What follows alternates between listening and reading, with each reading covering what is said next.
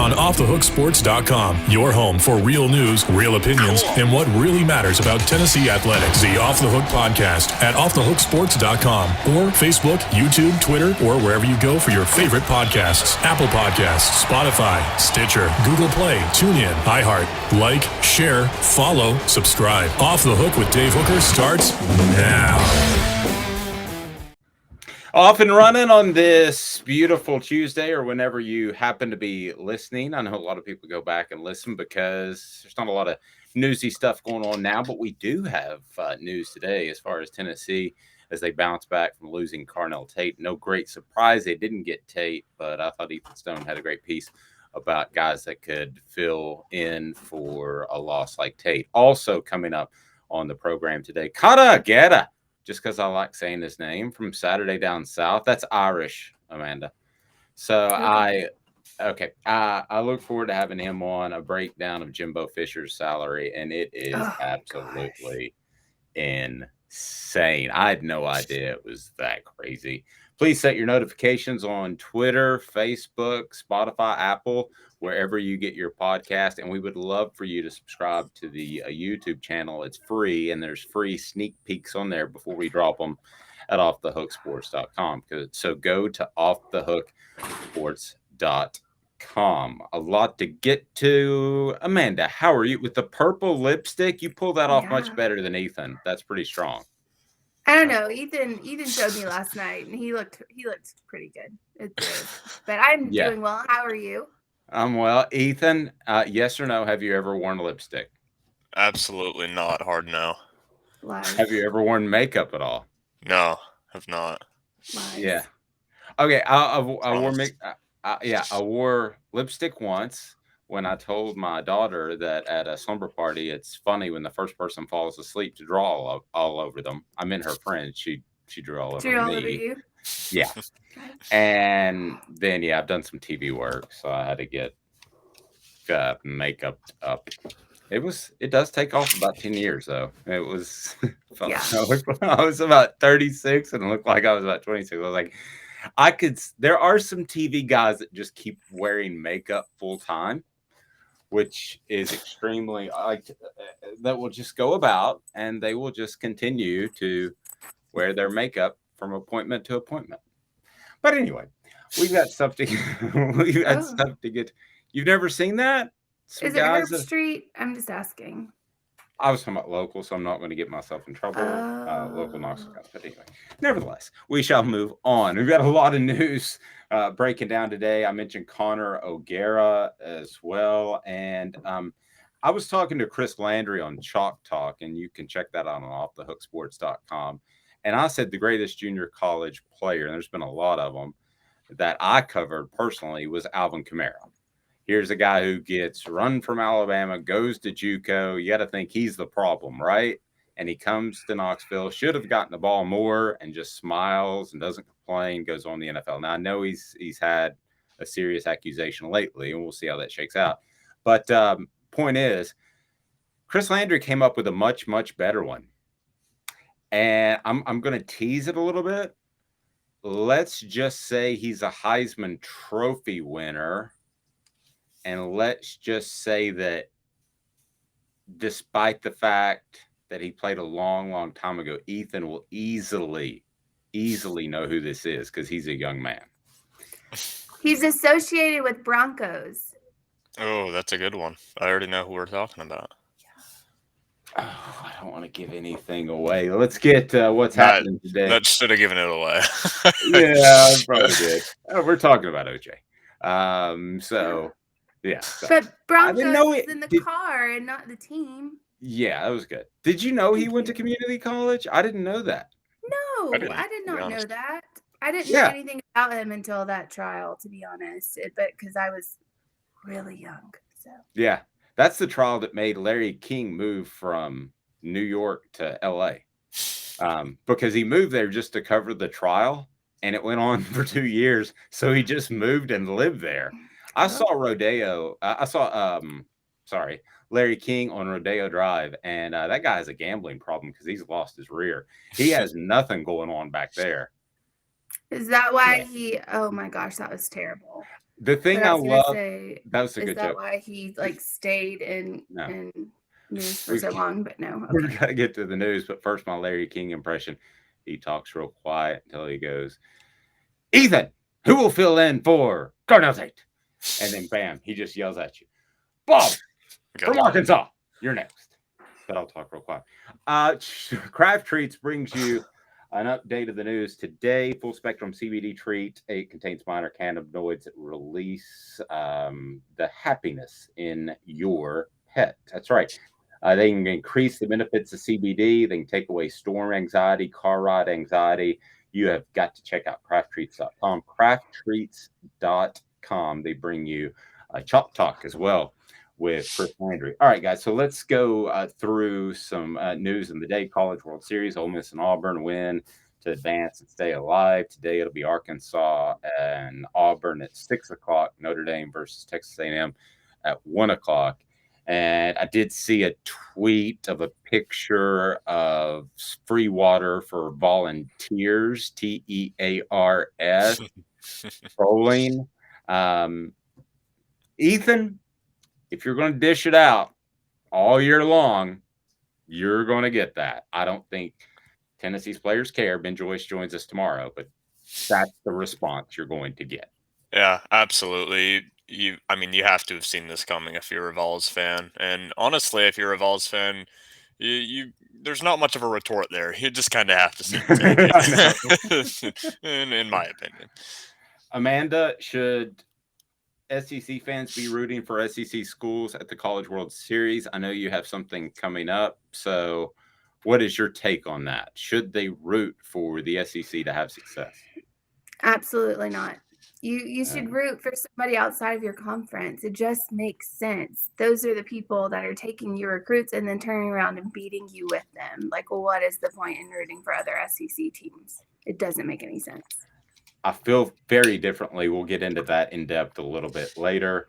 One of Tennessee's top linebacker targets is now less than 3 weeks away from announcing his college decision. 2023 linebacker Jalen Smith of Grayson High School in Loganville, Georgia, revealed in a post Sunday night on his Twitter account that he's scheduled to reveal his commitment July 10th at 6:00. Tennessee Vols recruiting train just keeps chugging, even though Carnell Tate was not a part of it. I still like this class a lot. And Ethan, if you can run through your list of guys that could jump in there now that Carnell Tate has committed to Ohio State. I mean, I think they still have plenty of options, plenty of possibilities.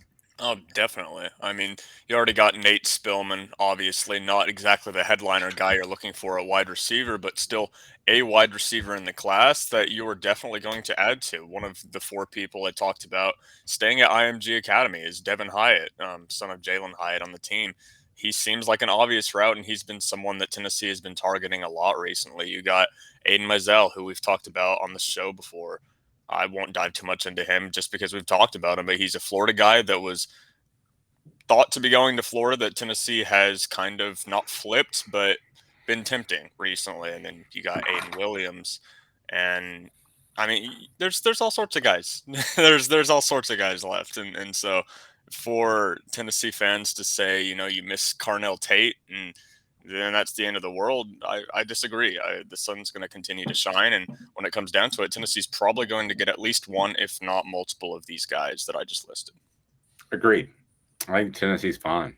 Notre Dame actually is the top ranked class for 2023. That shows you how early this still is.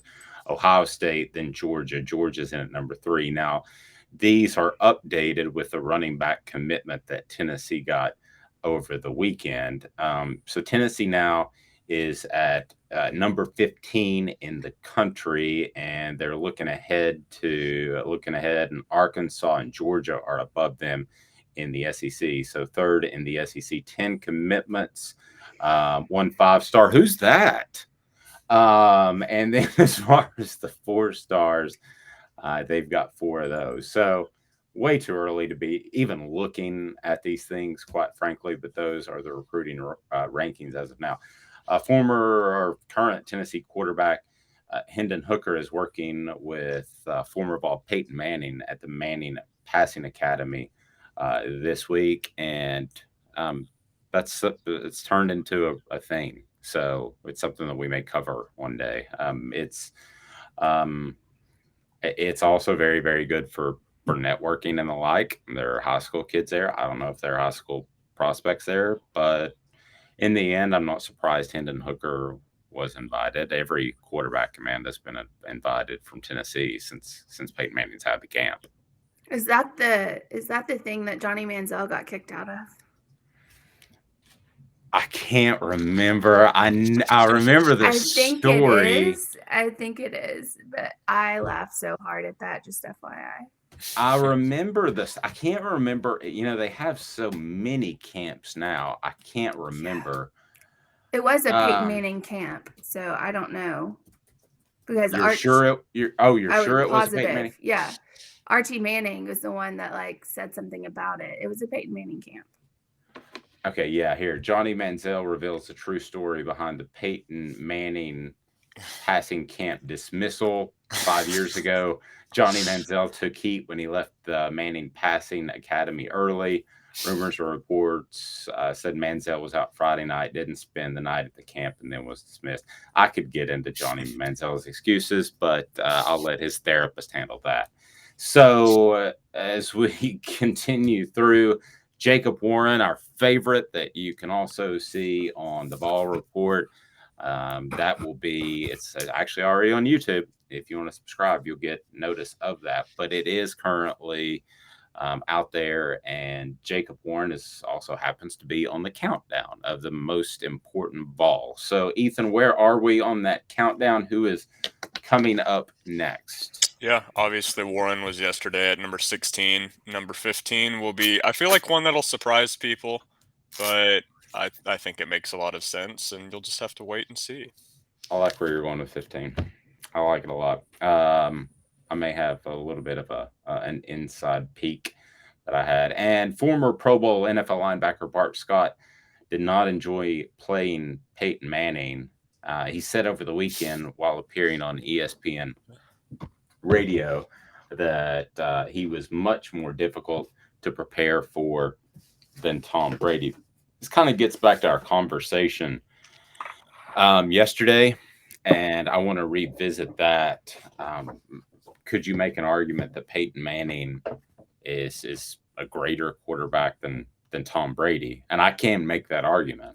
I will do so right after I tell you about Owl's Nest Barbecue right there in Ooltewah. Amanda's shaking her head, but Owl's Nest Barbecue is not a food. It's a method. That's Owl's Nest Barbecue. All the barbecue supplies that you need. They've got the wood chips. They've got the rubs. They've got the sauce. They've got it all. Owl's Nest Barbecue right there in beautiful Ooltewah. And here would be my argument for that before we get to the poll question by Ethan Stone. By the way, Athlon picks Tennessee to finish second in the SEC East in 2022. History lesson. Who knows who invented? First of all, we all know what an H-back is, right? We know an H-back is the guy, for those listening, you both are shaking your head, So the H-back is the guy that kind of shifts around and moves like a tight end, doesn't have his hand on the ground. Obviously is a little bit more athletic than the old 80s, 90s tight ends with their hand on the ground. Do we know why the H-back was invented? Anybody? It's got to be something about Peyton Manning and the style of offense he plays. It's not. No, okay. The H-back was invented to defend Lawrence Taylor.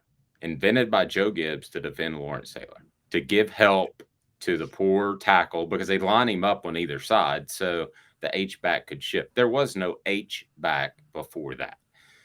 So that's a transformative player. I believe that Peyton Manning, the way he would have two plays at the line, and everybody does that now, read the defense and make a lot of his own calls, was a transformative player. Was he as successful as Tom Brady? No. Was he as good in the clutch? No. But Amanda, he did change the game. Everybody does that now. And I don't think that Peyton Manning deserves enough credit for that, quite frankly.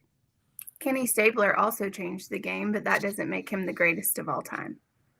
It doesn't make him better than Tom Brady. How did Kenny Stabler change the game? I'm curious. That rule. Do you not remember when he kicked the ball or something, and they had to make the fumble forward thing? Yeah, the holy roller. Yes. Well, that's a little different. It's still changing the game. So Brady had the duck roll. I mean, okay. If we want to get into micromanaging here. Just because Brady had the duck roll. Does Peyton Manning have a stronger arm than Tom Brady?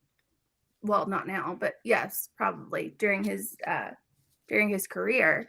Did he have more talent? Maybe, but that doesn't make him the greatest of all time. I don't think he's better than Tom Brady. Listen, don't get me wrong. I take Tom Brady. Okay, I just think the argument. I think there is a decent argument to be made. I'm not saying a great argument, but I just think it's out there. I mean, he did change the way offenses are run in the NFL or in the NFL, and really him and David Cutcliffe changed the way offenses are run in college. So, yeah, I think that as far as transformative players over the past, say, 20 years or so, that you're talking about two guys at the quarterback position, and one's Peyton Manning, the other one's Michael Vick. Now, Vick has opened the door for guys like Lamar Jackson and other players because of his running ability. So those two guys, I believe, have changed the game more than anybody else in this. You got to put Aaron Rodgers in there too. But what has he done? He's just incredibly talented. I don't know that he's done anything. I mean, he's awesome. He's more talented than Peyton Manning. Don't get me wrong. I'm not saying that. And he's been more successful. We could argue the clutch thing probably either way. I don't think one is tremendously clutch like Tom Brady, but no, neither one. Yeah, Ethan, who would you take right now? Man, I was thinking about this, and I might be biased because I'm a Bears fan. You got to throw Devin Hester in there somewhere. I get he's not a quarterback, but talk about changing the game. I mean, kickoffs are completely different now because people were sick of kicking to him. He got caught up. I would 110% agree with you if they maybe not more than Peyton Manning. I'll obviously not, but I mean, but I would include him in the top trio. Yeah, I really would if they hadn't changed the rules for safety. Now the kick returner has less of an impact, but the way he was rolling on, if they hadn't changed anything, yes, that would be my three players over the past 25. That's a great call out. As I mentioned, Athlon picks Tennessee to finish second in the SEC East. All right, let's look around the East. Georgia's Georgia. Florida is a team that's breaking in a new coach, and they kind of fell apart last year anyway. And then South Carolina, I like them. They're cocky, pun intended. And I know it's terrible. I do like them. Vanderbilt is Vanderbilt. Kentucky is certainly got a solid program. And I used to say this all the time, that you play Kentucky late in the year, you'll be better off because they don't have depth. Well, they actually do have a decent amount of depth. Lost some people to the NFL, and they're still a solid roster. So when you start looking, Missouri's horrible. Yeah, if are we at the point now already when we talk about expectations, Amanda, that if Tennessee did not finish second in the SEC East, that in and of itself would be a disappointment? Agree or disagree? Disagree. I think that Tennessee football has been down for so long that no one's going to be upset if they just have a winning season. Honestly, I think people are so tired of changing coaches, and it's always been kind of a dumpster fire for the last 15 years, 14, something of that nature. I don't think anybody 14, I don't think anybody is going to be upset unless Tennessee has a losing season. Ethan, I'm going to disagree with Amanda a little bit here. I think that Tennessee should expect to be second in the East. Now, they may drop a game to South Carolina or Florida, but those two programs are going to drop a game in the SEC East. I don't think either are perfect. Yeah, I think it would be a disappointment if Tennessee wasn't second in the SEC East just because of where the division is right now. I agree 100%. I mean, just go ahead and get Georgia out of the way. We'll call Georgia a loss. Tennessee's not there yet.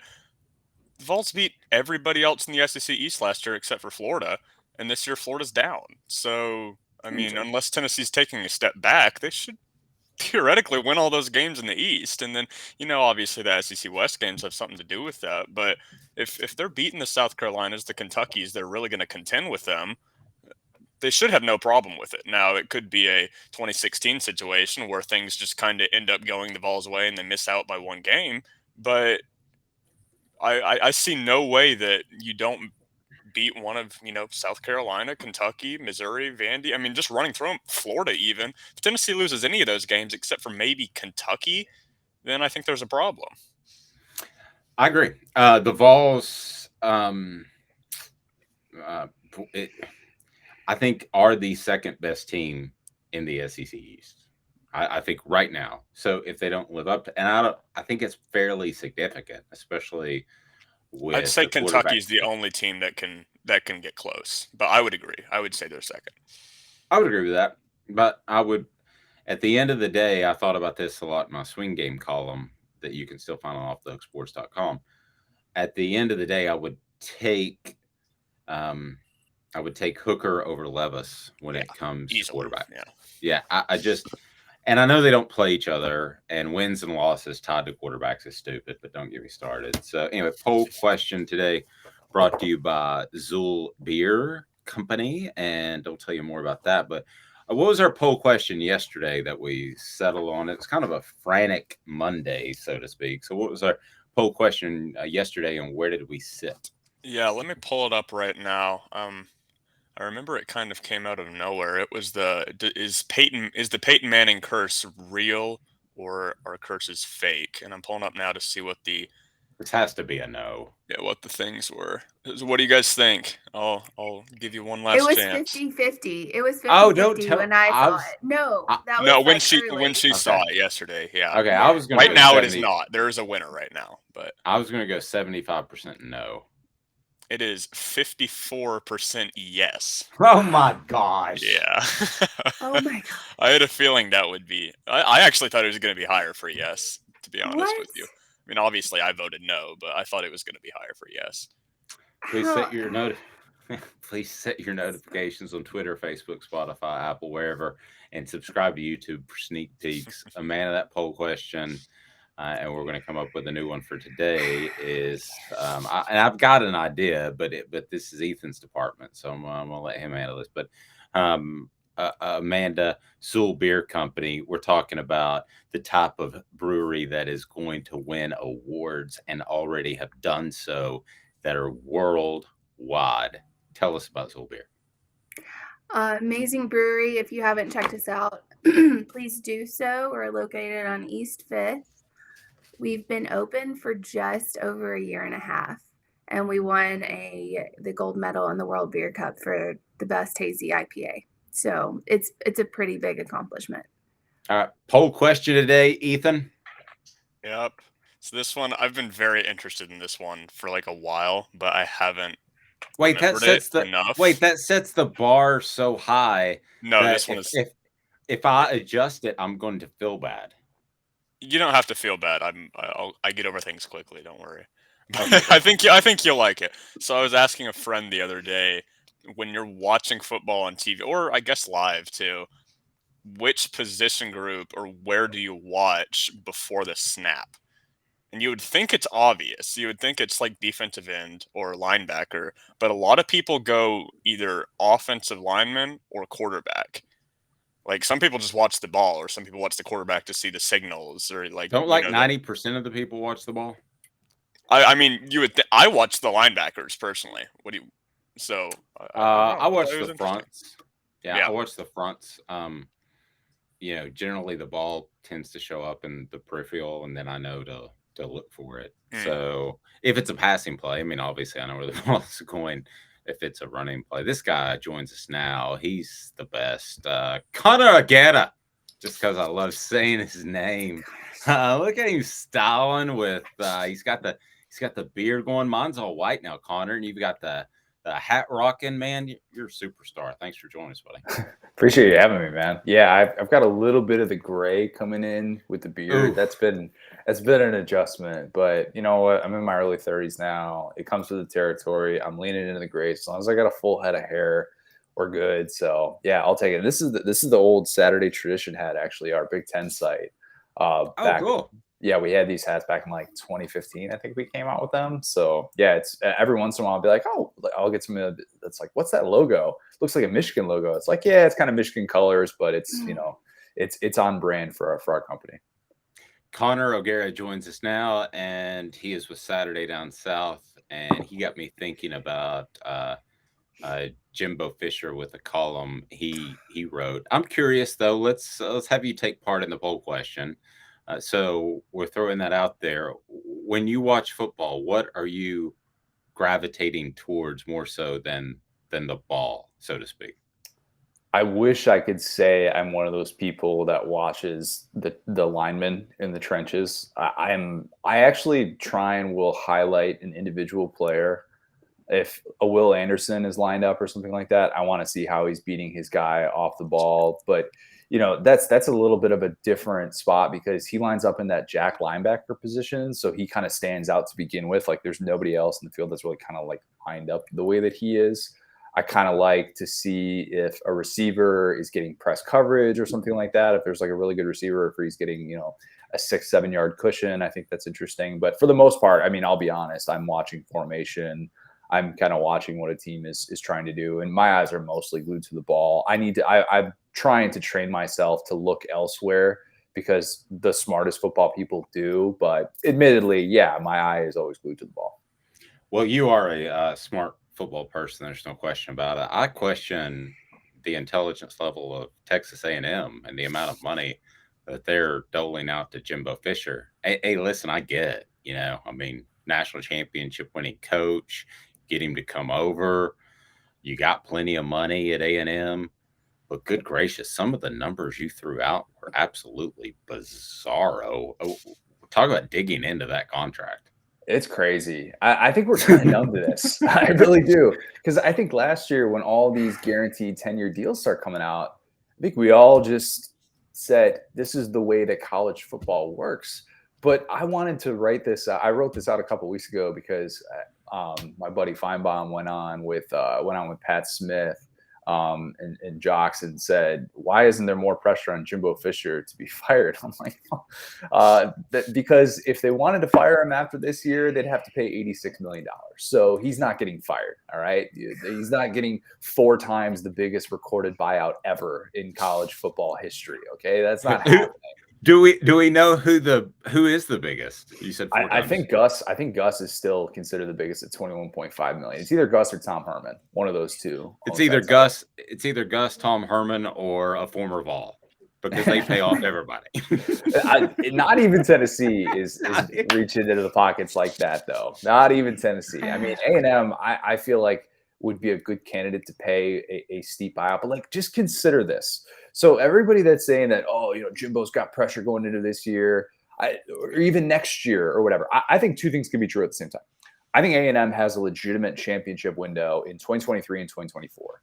That's when this historic recruiting class, which was obtained by good merit and not NIL, according to Jimbo Fisher. Oh. I think that class, we're not going to be talking about that class this year and it potentially pushing for an SEC championship or anything like that. It's just not the way that it works in college football. It's different than college basketball. So A&M can have that legitimate championship window in 2023, 2024. If they didn't capitalize on that championship window in 2024, if you're an A&M fan, I'd be worried at that point. I'd be really worried because you're going to look up and you're going to realize that if this contract is unchanged, if they wanted to fire Jimbo Fisher after 2024, and I'm looking down because I've got this literally written down right here, and I keep this right next to my desk. I'm going to show you because I wanted to have the figures next to me. Yeah, I'm going to show you right there. Wow. It's an Iowa notepad. They send them out to all of us. I'm not an Iowa fan. Don't worry. If they wanted to fire him after 2024, they'd have to pay him $67.5 $5 million. Yeah, I'm looking at your numbers. That's insane. I mean, that's a real thing. That's after 2024. That's 3 more seasons. And the crazy thing is, given the way this has worked, given the fact that he got his extension after that 2020 season, which I get to a certain extent, it was A&M's best finish that they've had in the AP poll since 1939. All right, you want to reward your head coach. You want to give him a raise on top of a $75 million guaranteed contract. But they got that raise and they got this new contract in place.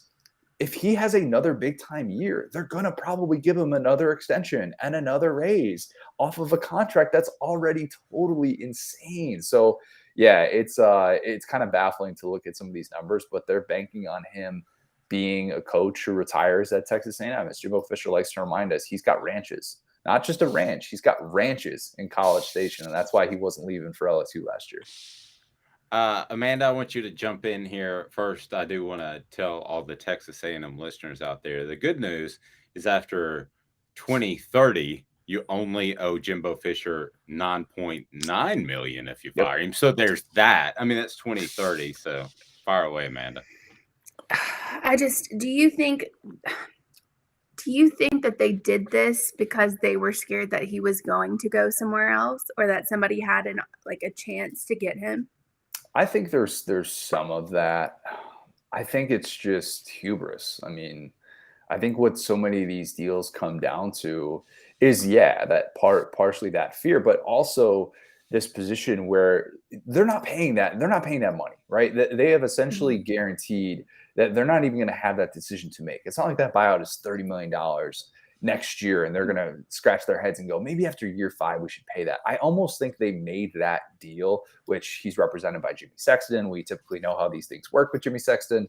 I think they made that deal, and Ross Bjork wanted to make that splash. Remember, Ross Bjork wasn't the one who hired Jimbo Fisher. It was Scott Woodward who said that he would essentially write Jimbo Fisher a blank check to come to Texas A&M. And at the time, nobody would have laughed at that. Everybody said, we would have laughed at the idea that Scott Woodward thought he could poach Jimbo Fisher from Florida State. And then it turns out he gets him. And we're all kind of like, whoa, look at A&M. That's a game changer. So I think Ross Bjork wanted to do right by him, and also kind of wanted to put A&M in that spot where they said, look, we don't want to have that decision. We don't want to have that debate. We want Jimbo Fisher to be our coach for the foreseeable future. And if A&M is going to be the team of the 2020s and have any chance at that, or at least being in that second tier, maybe behind Georgia or Alabama, this is the type of contract you would hope that you don't have to worry about those buyout figures. And if he's just going to keep cranking out, top 10 seasons, then that's not necessarily going to be an issue. I'm sorry, go ahead, Amanda. Sorry. How good do you think Jimbo Fisher actually is as a coach, especially with the way he left Florida State? It's a great question. I debate it constantly. I really do. Because when you see these figures, you would think that he's better than he is. And if I showed you the side-by-side of Jimbo Fisher with Mark Stoops, I think you'd be surprised. At least of the last 5 years, right? 2017, Florida State going into, because that's kind of when Mark Stoops sort of began to get things rolling a little bit at Kentucky. And if you compared what Mark Stoops has done in Lexington compared to what Jimbo Fisher has done at Florida State and at Texas A&M, where we know resources aren't lacking, I think you'd be surprised to see the numbers against top 25 teams, the top 25 finishes, all those different things. And that to me is the tough part to stomach. And I hated the way that last year played out for Jimbo Fisher. I went into the year thinking, all right, he's ready to kind of be back in the top 5, top 6, coaches in all of college football. And then we see almost a little bit of a repeat of 2017. If you recall, 2017, DeAndre Francois goes down in that season opener against Alabama. And that was kind of all she wrote for that Florida State team. Jimbo Fisher did not troubleshoot. And everybody pointing to the bad offensive line play, the lack of recruiting near the end of his tenure there as the reason for their downfall. But I think part of that was Jimbo Fisher didn't troubleshoot with a backup quarterback. Last year, Jimbo Fisher did not troubleshoot with a backup quarterback. Once Haynes King went down in that second game of the year and they had to pivot to Zach Calzada, it was ugly. Outside of that Alabama game, Zach Calzada was a bad SEC quarterback. I don't really have a whole lot of faith in him being the guy at Auburn to save Brian Harson's job. But at the same time, if you're Jimbo Fisher, you can't be willing to, you can't necessarily be locked into this game plan that you had with Haynes King, where you're going to have all these RPOs and you want all this quarterback movement. And that's the problem that I have with Jimbo Fisher. guy hasn't had a top 30 scoring offense or a top 30 passing offense rather since Jameis Winston. All right. Like this is a guy who, if you're going to be paid that kind of money, we shouldn't be asking those questions about. Meanwhile, Josh Heupel, all he does is just crank out these top 10 offenses. And I know I'm pandering a little bit by saying that, but this is a guy who's done that, 4 consecutive years now. And I think that Tennessee fans are feeling a lot better about their offense probably than where A&M fans are about their offense. Well, I want to ask you about that because we see this in the NFL. A quarterback gets X, and then the next quarterback has to get X plus $1, and X plus $1, and X plus $1. Have you seen an impact of Jimbo Fisher's? Now that we've had some time, we've had years to kind of mull over it, but you really went in depth. Have you seen that have any sort of impact, especially with Jimmy Sexton involved? Do you see it having an impact going forward, or is this a one-off? Oh, no, it's absolutely had an impact. I mean, last year was the biggest change I think we've seen in these coaching contracts. Look at all these 10-year deals: Lincoln Riley, Brian Kelly, Mel Tucker, James Franklin, Mario Cristobal. I mean, the list kind of goes on and on. Like, I don't know what the figures are for this Kirby Smart deal that is imminent. That's going to be announced really, really soon.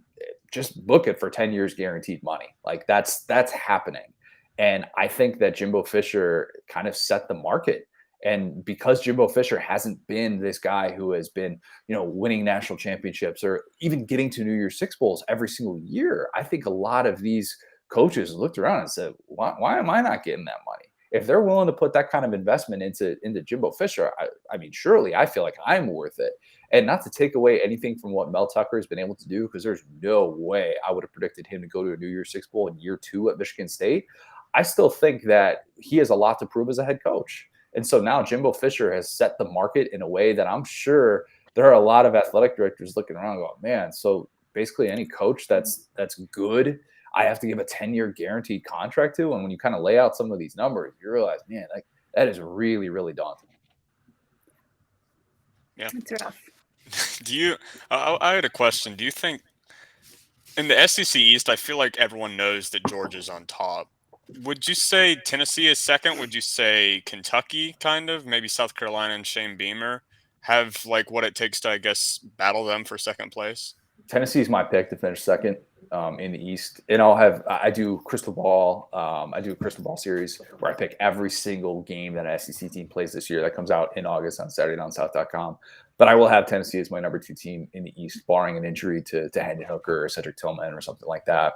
I would say coming into this, Kentucky has really done a lot to establish itself as that number 2 program in the East. Obviously, Florida having a bad year helps that, but I still think that Tennessee has the most working in its favor. There is a chance that offense could be the number 1 in college football. And I realize Ohio State returns a ton. I realize Alabama returns a ton. But I think that what Tennessee returns with having Hendon Hooker, with having Cedric Tillman, with having Jabari Small, with having another year in that offense, with personnel where it just kind of feels like those guys kind of get it in the way that they clicked with Hendon Hooker as the starter. To me, that's what kind of changes things. Now, I don't know that they're going to be better defensively. I thought they were going to be the worst defense in the SEC last year. And so that kind of tempered my expectations for what Tennessee could become.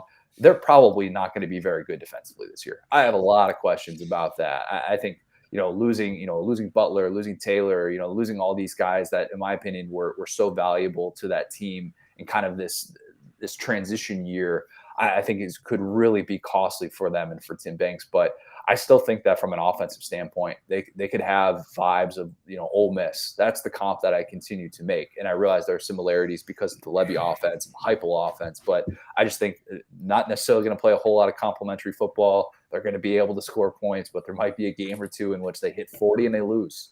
And that's just kind of the reality. But given what Tennessee fans have dealt with from an offensive standpoint in the post-Fulmer era, I think they'll take that. And I think if getting to 9-3 is within play for them in November, I think that would be a massive success.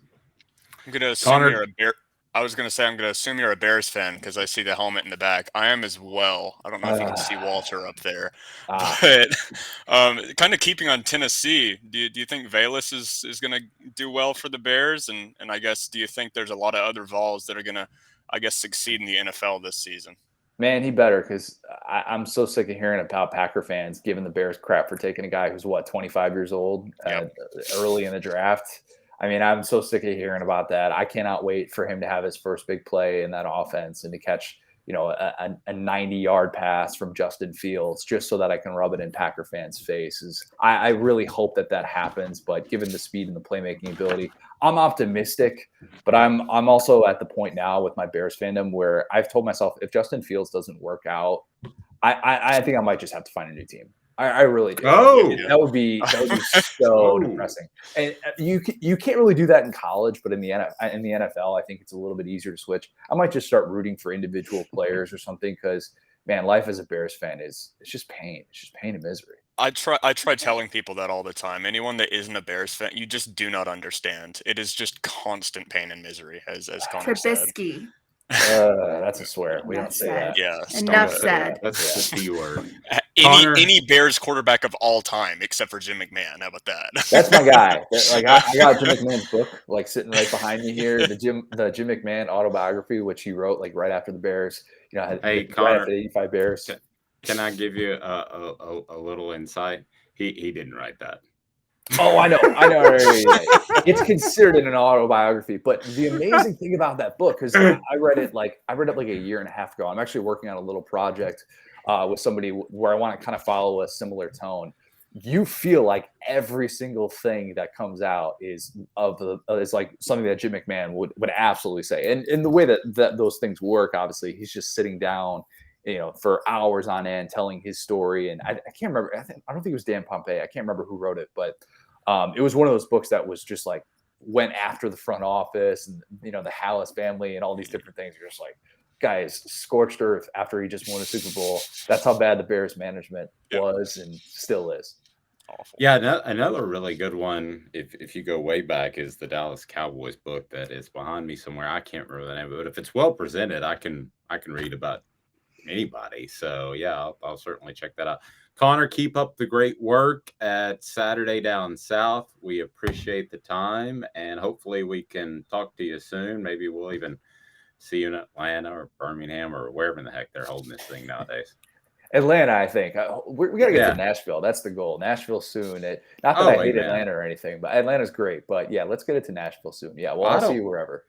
Yeah, I don't hate Atlanta, but I hate Birmingham. There's something about being in a parking garage and only having to walk 30 feet and being fully drenched from the sweat because it's so muggy, and you're not even under the sun. But does it really count as SEC Media Days unless you're sandwiched between two Belks? I mean, to me, that's what makes the experience what it is. That's right. I like to knock out a little shopping when I go cover the SEC. Thank you, Connor. I appreciate it, buddy. Absolutely. Anytime. Thanks, Connor. Saturday Down South, brought to you by Vols Automotive Group. Car shopping made easy at Vols Automotive. It's their mission to be the automotive home of drivers in the Knoxville area. A huge selection of used vehicles. They have exceptional car care and customer service with a smile. Their local dealership keeps a great stock of used cars, trucks, and SUVs in inventory. It's all right there. They can finance as well. They have a great selection, and they keep you going with car service and repair work. Again, Vols Automotive Group on Callahan is where you need to go when you need that next car. So stay tuned with Amanda and Ethan. I'm Dave Hooker. Don't forget to set your notifications on wherever you may be it Twitter, Spotify, wherever. And don't forget that at YouTube, we have free sneak peeks. That's right, free sneak peeks up now. All you have to do is subscribe to YouTube, and then bingo, bango, you're going to get notifications that they're up back in 2 minutes. To own the more that owns every job, then get to Vassy Lawn and Garden in Cleveland and get you a Toro. I'm David Vassy, here to talk to you about Toro.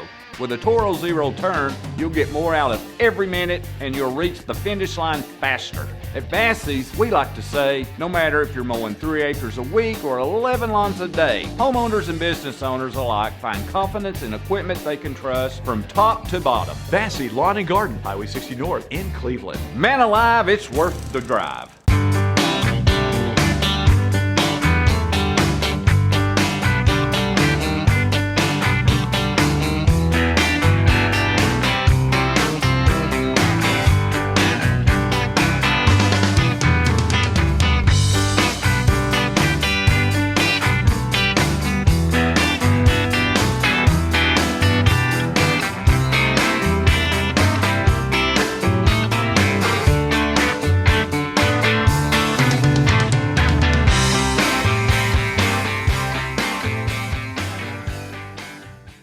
Hi, Mike Davis here with City Heating and Air, reminding you to always dare to compare. Our team provides quality local heating and air service, installation, and maintenance across East Tennessee. We use only the best equipment like American Standard heating and air conditioning for your residential, new construction, or commercial needs. Honesty, dependability, and customer satisfaction have been the cornerstones of our business since 1961. City Heat and Air. Dare to compare. This is Al's Nest Barbecue Supply, so come on in and see all the different rubs and sauces we have, plus a complete line of Green Mountain grills. Don't be overwhelmed. We have plenty of help so you can produce the best barbecue and amaze your family and friends. Barbecue is America's food. We'll do what we can to bring you all the best products. We're Al's Nest Barbecue, where Chattanooga goes to grill.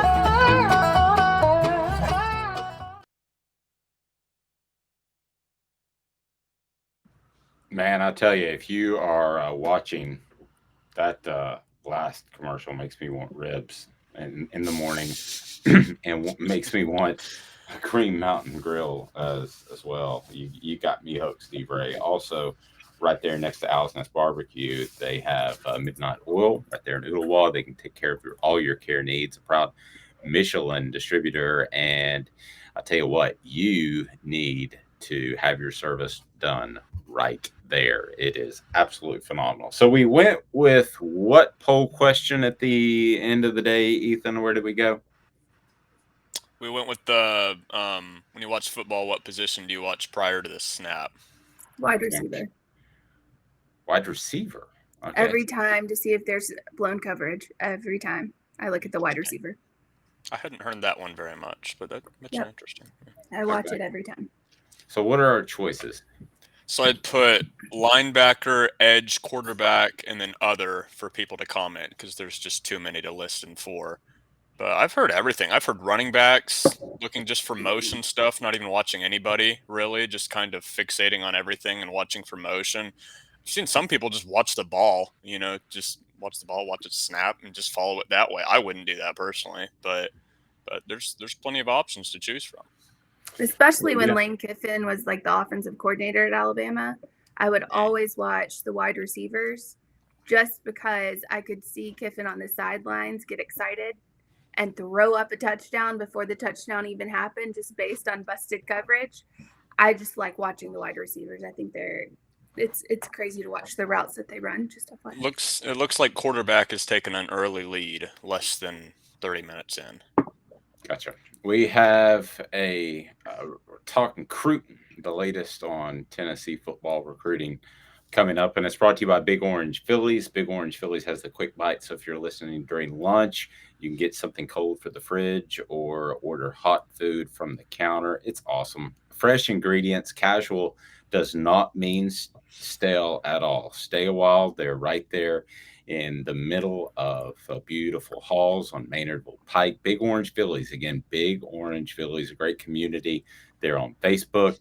And when you go, throw some darts, shoot some stick with some billiards. They've got live entertainment and karaoke. And I want to underscore this most of all. It is absolutely family friendly. So we're talking Cruton, brought to you by Big Orange Phillies. Talking Cruton. Am I right or am I right or am I right? Who's on Tennessee's board? The names you need to know exclusively on Off the Hook Sports with Dave Hooker. Couple of notes I gleaned from yesterday and calling around and doing a little bit of research after the Vols missed out on Carnell Tate and had about 8, I believe, official visitors in for the weekend. Cameron Selden, a 4-star receiver from Northumberland High School in Heathville, will probably end up at Penn State. But Cameron Selden is one to watch because he's a better fit, according to some people I talked to in Tennessee's offense than at Penn State. But he's in Virginia, and that's near Penn State. They have a strong pull there. So we'll see. Chris Landry of LandryFootball.com, of Chalk Talk, that is on offthehooksports.com, said, quote, the run after catch ability is really good. Watch for Clemson on TJ Searcy. As of now, they are not recruiting the 6'5", 250-pound defensive lineman. South Carolina is. Auburn is as well. But it appears to be down to a Tennessee-Florida matchup right now. They're recruiting him the hardest. But if Clemson drops in there, then things could certainly change. Same thing. Watch out for Alabama when it comes to a young man that has some above average ability. I don't think he's a 5-star guy at all. I'm not knocking him, but Stanton Ramel, 6'7", 310 pounds, from Thompson High School in Alabaster. His dad played at Alabama, so we all know that Alabama, Ethan, will come in at the last second before signing day and grab some of these guys. Tennessee hopes they don't have somebody committed and get somebody pulled away, but it's kind of hard to say no to Alabama and the success they've had. Yeah. I would Absolutely. say so. Yeah.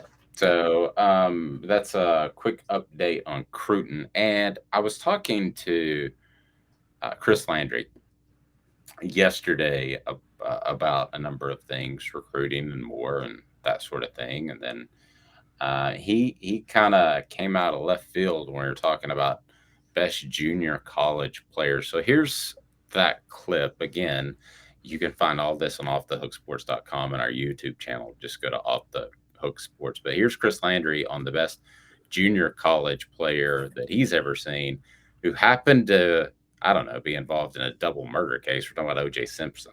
Bizarre. San Francisco Community College. He was not a USC out of high school guy. Now, he turned his life around a couple of different ways in different times, obviously. But, you know, he was a late bloomer, and there's some academics and some juvenile trouble that would have gotten more play if it was in modern age, even last 20 years. It was a long time ago. But he was, now I'm going to tell you, the best junior college tape I've ever seen was OJ running in the California JUCO leagues at San Francisco Community College. Really good. When he got to USC, it was just no doubt that he was the deal, and he was obviously just a great college player.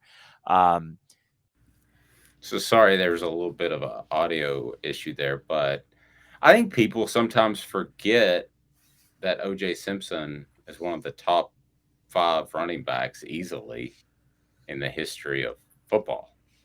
I don't even think it's close. Yeah. I think he just kind of gets forgotten, Ethan. He gets remembered for the wrong things. Better way to put it. I was just about to say, you kind of have to separate the art from the artist a little bit here. Talk about him as a person, him as a football player as 2 separate entities. Because as a football player, you're absolutely right. He was dominant, and one of the best all time. You can chuck him up there with Emmitt Smith, Walter Payton, Barry Sanders, all those guys, Jim Brown, whoever you want to.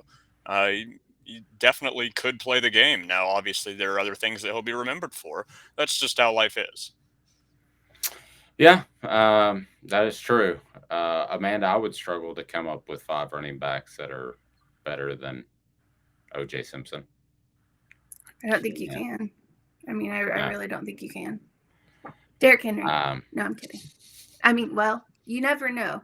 Well, you know what's funny is you bring that up. He was kind of like the Derrick Henry of that generation. He was bigger than everybody and faster than most everybody. Stronger. Yeah. So that's a really intriguing comparison. Bo Jackson. I mean, Bo Jackson was really good as well. But Bo's just kind of on another level athletically for me. I mean, he's the greatest athlete I've seen walk in the face of the earth. And I thought by the time I was 48 that maybe I would see somebody different, but I haven't. Yeah, I mean, I think he's better than – I love the Derrick Henry comparison. I don't know if you thought that before, that just kind of came up, but they are very, very similar running backs. Now, let's hope Derrick Henry doesn't kill 2 people. That's ultimately where we are.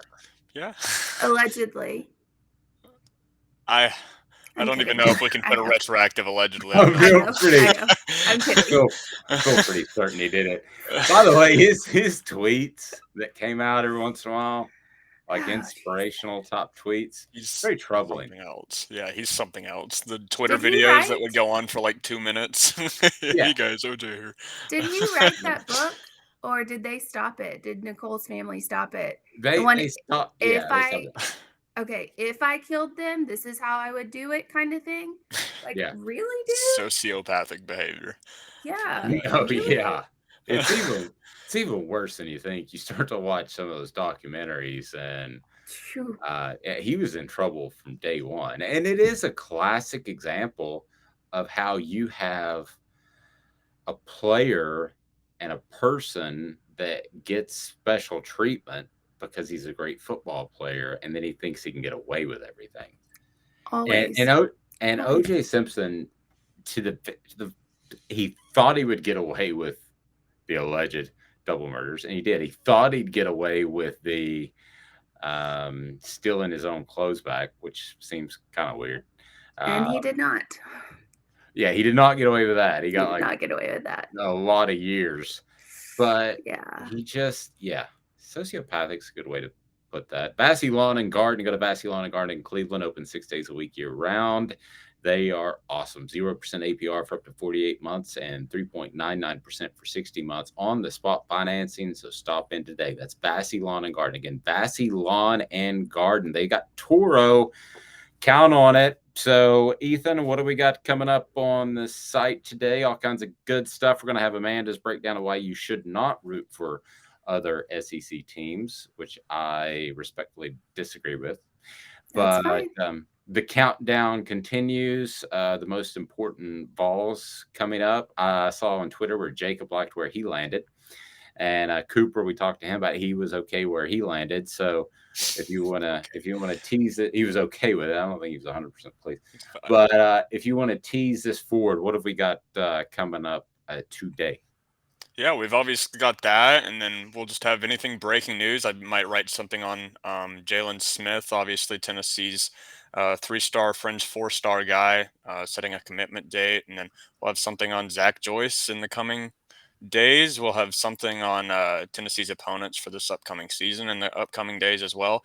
And just before I end, I want to, you were talking about OJ, and I can't let this slide, so I have to say something. You said you couldn't name 5 running backs better than OJ. I absolutely could.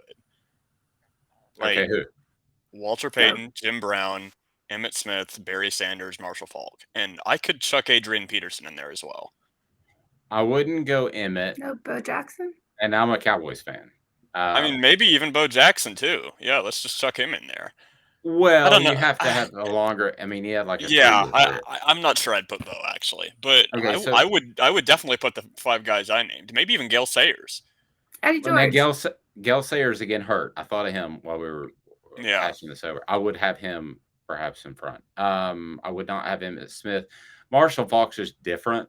The way he was Emmitt a hybrid player. Emmitt Smith is fair, not. And I used he's in the argument. I'd say he's in the argument regardless, but. That's fair. Well, when you're the all-time leading rusher, you're in the argument. But I actually would argue that he was better than Barry Sanders back in the day because I was a diehard Cowboys fan. I'm being a little bit more realistic now. I mean, Barry Sanders with an awful O-line and the Lions. He was better. Yeah. So, okay, real quick, I would take Barry. I would take Sayers if he were healthy longer. So I'm rolling that out. This is just my list. Okay. Walter, just as a pure running back. Again, Marshall Faulk was different, man. That offense just opened things up for him. It's hard for me to find a place for him. I almost could have him on the top 5 wide receivers of all time. I mean, he's that versatile, which I mean, that is an incredible compliment. But when I think of running back, Amanda, I don't think Marshall Faulk doesn't pop into my mind because he was so versatile and did other things. Am I crazy? Do you know? No, I mean, I don't think that's crazy by any stretch. Do you know who my favorite running back of all time is? Madden. I'm going to go. Who? Madden Curse. I think he would have been one of the greatest. Adrian Peterson? No. I was about to say he's already up there. Yeah. About to say LT? Sean Alexander. Okay, that's solid. Oh, Sean yeah. Alexander. He played for the Seahawks. Yeah, I think little tippy toes.